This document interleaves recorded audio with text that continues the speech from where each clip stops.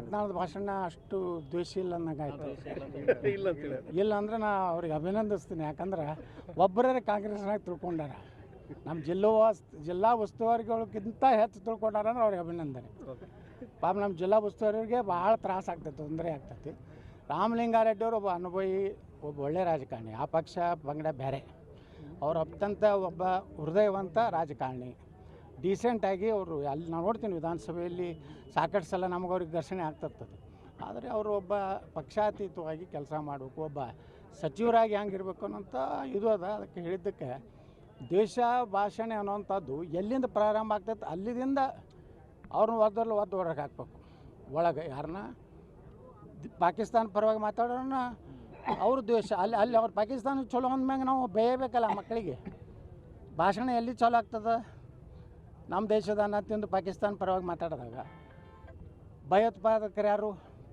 ಹಿಂದೂಗಳ ಅವರೇ ಮಾಡೋರೆ, ಅವರೇ ಬೆಂಕಿ ಹಚ್ಚೋರು ಅವರೇ, ಬಾಂಬ್ ಹಾಕೋರು ಅವರೇ. ಅದಕ್ಕೆ ನಾವು ಬೈಬೇಕಾಗ್ತದೆ.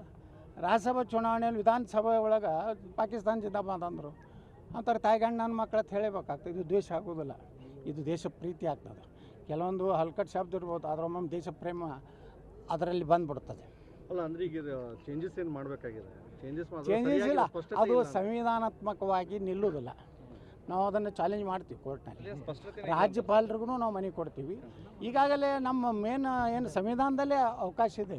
19A ಸ್ಪಷ್ಟವಾಗಿ ಹೇಳ್ತಾ ಅಭಿವ್ಯಕ್ತ ಸ್ವಾತಂತ್ರ್ಯ, ವಾಕ್ ಸ್ವಾತಂತ್ರ್ಯ ಕಸ್ಕೋಲಿಕ್ಕೆ ಯಾರಿಗೂ ಅಧಿಕಾರ ಇಲ್ಲ. ಅದು ನಾವು ಚಾಲೆಂಜ್ ಮಾಡ್ತೀವಿ.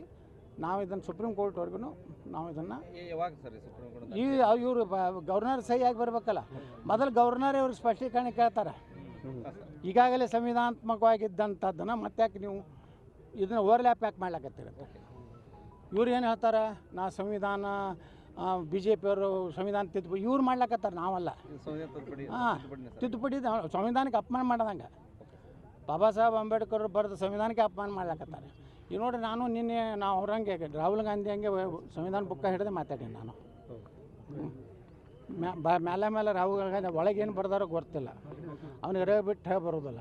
ಅವ್ನು ಹಿಡ್ದಾನಂದ್ರೆ ನಾವು ಸ್ವಲ್ಪ ಕಲ್ತಾವ, ನಾ ಹಿಡಿದಕ್ಕೆ ಸ್ವಲ್ಪ ವ್ಯಾಲ್ಯೂ ಐತಿ. ಅವನಿಗೆ ಗುರ್ತಿಲ್ಲ. ಅವ್ರು ಹೇಳಿದ್ರ ಸಿದ್ದರಾಮಯ್ಯವರು ಇದ್ರೊಳಗೆ ಏನಿದೆ ಗೊತ್ತೇನೆ ಆತಳಿ. ನಾನು ಕೇಳಿದ ಏನೈತೆ ಓದ್ರೈತೆ, ಓದ್ಲಕ್ಕೆ ಬರಲಿಲ್ಲ ಸಿದ್ದರಾಮಯ್ಯ ಅಂದ್ರೆ ನಿಮಗೂ ಸಂವಿಧಾನ ಗುರ್ತಿಲ್ಲ, ನಿಮಗೂ ಗೊತ್ತಿಲ್ಲ, ನಿಮ್ಮ ಹಿಂದೆ ಕೂತ ಸಕ್ರೆ ಮಂತ್ರಿಗೂ ಗೊತ್ತಿಲ್ಲ ಅಂತ ಹೇಳಿ.